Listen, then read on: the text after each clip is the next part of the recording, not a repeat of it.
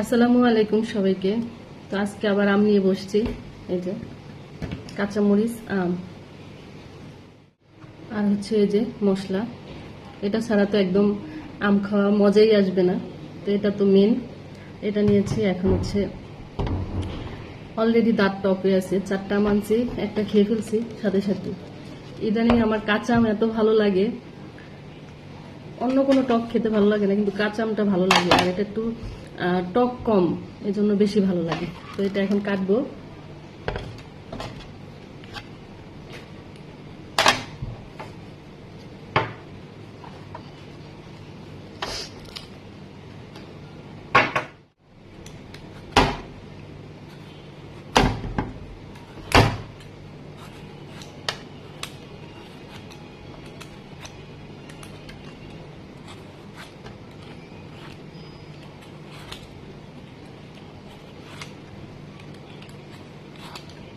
চামড়া সহ খাওয়া যায়, কিন্তু এই আমটা হচ্ছে যে এখন বাতি হয়ে গেছে, তো এখন চামড়া সহ খাইলে মানে অনেক ই লাগে।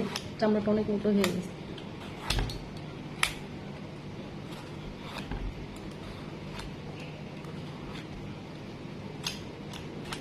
একদম কচি আম যেটা, ওইটা খাইতে অনেক মজা লাগে এই মশলাটা দিয়ে। তো এই দুইটা এখন ছিলবো না, এটা এখন আগে খাবো। একটু ধুয়ে নিই।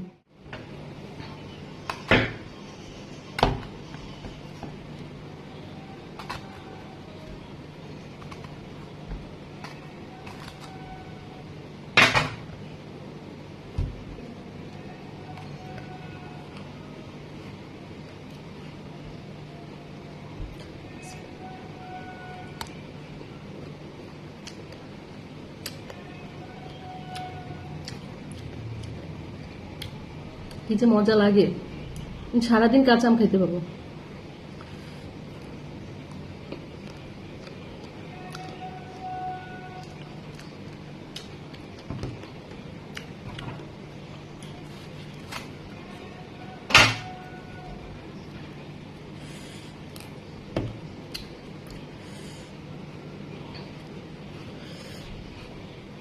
এটার ভিতরে 2 রকমের মরিচ মেশানো, তো অনেক ঝাল হয়েছে। আমটা কেমন নরম হয়ে গেছে।